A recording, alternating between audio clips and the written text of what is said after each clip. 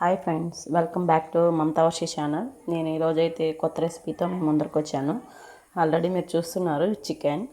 నేను చికెన్తో పికిల్ చేస్తున్నాను అనమాట. చికెన్ ఊరగాయ చేస్తున్నాను. ఈ చికెన్ ఊరగాయకి ఉప్పు వేసి చికెన్ బాగా కడుక్కోవాలి. అలా కడిగితేనే దాంతో ఉన్న నీసు మొత్తం వెళ్ళిపోతుంది. చూసారా? ఆ విధంగా కల్లుప్పు వేసి నీట్గా కడుక్కోవాలి. చూసారా? ఆ విధంగా సన్న సన్న ముక్కలుగా కట్ చేసుకోవాలి ఫ్రెండ్స్. ఆ విధంగా కట్ చేసుకొని చికెన్ని 3-4 సార్లు నీట్గా కడుక్కోవాలి. తర్వాత అల్లం వెల్లుల్లి మిక్సీ పట్టుకుంటాను అనమాట పేస్ట్ కోసం. చూసారా? అంత క్వాంటిటీకి అంత అల్లం వెల్లుల్లి పేస్ట్ తీసుకోవాలి. చూడండి, చికెన్ అయితే కడిగేసి రెడీ అయిపోయింది. ఇప్పుడు చికెన్ ఊరగాయకి కావాల్సిన మసాలా: ఆవాలు, జీలకర్ర, మెంతులు, ధనియాలు, సోపు, లవంగ, పట్ట. చూసారా? ఇవన్నీ చికెన్కి కావాల్సిన మసాలా దినుసులు అన్నమాట. ఇవి కట్ల పొయ్యి మీద బాండిల్ పెట్టుకొని బాండిల్ వేడెక్కాక ఈ మసాలా దినుసులు వేసుకుంటాను. చూడండి ఫ్రెండ్స్,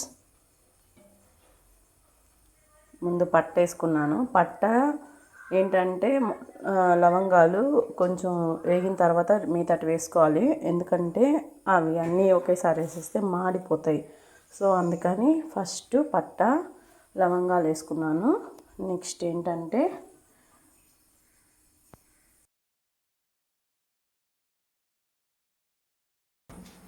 చూసారా, అవి బాగా వేగనిచ్చిన తర్వాత ఇప్పుడు ధనియాలు బాగా వేయించుకోవాలి. ధనియాలు బాగా వేగితేనే ఫ్లేవర్ అనేది బాగుంటుంది ఫ్రెండ్స్. దానికోసం ధనియాలు బాగా వేయించుకుందాము. నెక్స్ట్ ఆవాలు, జీలకర్ర, సోపు, కొంచెం మెంతులు ఏంటంటే ఎక్కువ వేసుకోకూడదు ఫ్రెండ్స్. మెంతులు ఎక్కువ వేసుకుంటే మెంతులు అనేది చేదు వస్తుంది కదా, అప్పుడు ఊరగాయ అనేది చేదుగా వచ్చేస్తుంది. దానికోసం మెంతులు కొంచెమే వేసుకున్నాము. ఈ విధంగా కట్టెల పొయ్యి మీద బాగా వేయించుకున్నాం ఫ్రెండ్స్. చూడండి, కట్టెల పొయ్యి మీద ఏది వేయించుకున్నా కానీ చాలా బాగుంటుంది ఫ్రెండ్స్. ఎందుకంటే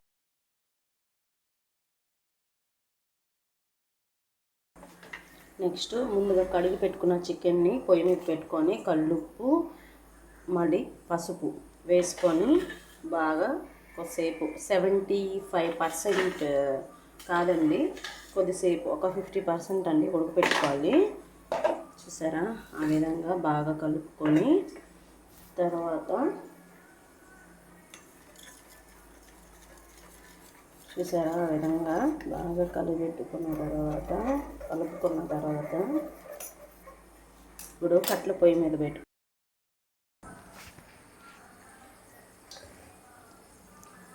ఇలా కట్ల పొయ్యి మీద పెట్టుకున్నాను. తర్వాత దీన్ని బాగా కొద్దిసేపు ఉడకనిచ్చుకోవాలి. ఉడకనిచ్చుకున్న తర్వాత ఈ లోపల మనము ఎంచుకున్న మసాలా అంటే దాన్ని మిక్సీ పట్టేసుకోవాలి. ఇప్పుడు చికెన్ అయితే ఉడికిపోయింది ఫ్రెండ్స్. ఇప్పుడు బాండ్లీ పెట్టుకొని చూడండి, నేను మామూలుగా ఫ్రీడమ్ కానీ ఇంకే నూనె వాడడం లేదు, పల్లి నూనె వాడుతున్నాను. అంటే ఆయిల్లో చాలా రకాలు ఉంటాయి కదా ఫ్రెండ్స్, కానీ ఇలా ఊరగాయలకి మాత్రం ఇలా పల్లి నూనె వాడితే ఊరగాయ నిల్వ ఉంటుంది కాబట్టి స్మెల్ రాకుండా, అంటే కొంతమంది ఏంటంటే ఆయిల్ స్మెల్ వస్తుంది అని అంటారు కదా, అలా పల్లి నూనె యూజ్ చేసామంటే ఆయిల్ అనేది స్మెల్ రాకుండా చాలా రోజులు నిల్వ ఉంటుంది ఫ్రెండ్స్. సో దానికని మేము పల్లి నూనె యూజ్ చేస్తాను.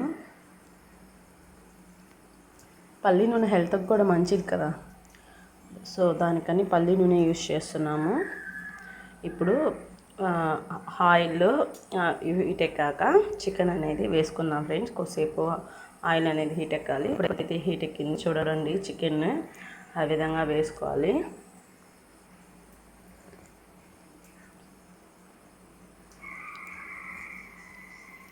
ఒకేసారి క్వాంటిటీ ఎక్కువ కాబట్టి ఒకేసారి మొత్తం వేసుకోకూడదు, కొంచెం వేసుకున్న తర్వాత, అంటే పీసెస్ అనేది బాగా ఉడకాలి కదా, ఉడికితేనే మనకు ఆ పీస్ అనేది ముక్క అనేది టేస్ట్ ఊరగాయలో బాగుంటుంది.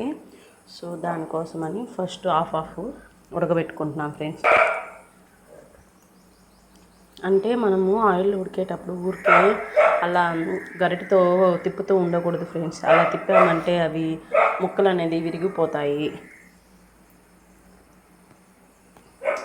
చూసారా బ్రౌన్ కలర్లో ఎంత బాగా ఫ్రై అయ్యాయో. ఇప్పుడైతే ఒక ప్లేట్లో తీసేసుకుందాము గిన్నెలో.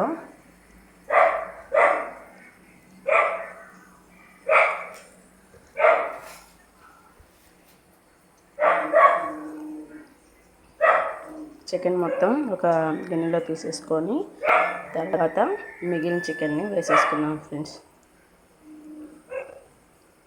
చూసారు ఫ్రెండ్స్ చికెన్ అనేది ఎంత బాగా బ్రౌనిష్ కలర్లో. ఇప్పుడు ఏంటంటే అల్లం వెల్లుల్లి పేస్ట్ అనేది వేసుకుంటాం ఫ్రెండ్స్. మనం ఏంటంటే అల్లం వెల్లుల్లి పేస్ట్ ఒకేసారి వేసుకోకూడదు ఫ్రెండ్స్, అప్పుడు ఆయిల్ అనేది పొంగుతుంది. సో కొంచెం కొంచెం వేసుకొని ఫ్రై చేసుకోవాలి. చూసారా ఆ విధంగా బాగా ఫ్రై చేసుకోవాలి. అల్లం వెల్లుల్లి పేస్ట్ ఎంత బాగా ఫ్రై అయితేనే నీకు ఆ చికెన్ ఊరగాయ అనే ఫ్లేవరు బాగుంటుంది ఫ్రెండ్స్. ఇలా కట్ల పొయ్యి మీద ఎంతమంది ఊరగాయ కానీ ఏమైనా వంటలు కానీ చేశారో కామెంట్ చేయండి.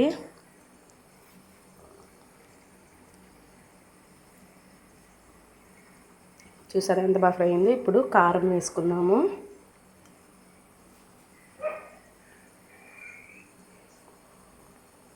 ఇప్పుడు మనం వేయించుకున్న చికెన్ ముక్కలన్నీ వేసేసుకున్నాం ఫ్రెండ్స్. చూడండి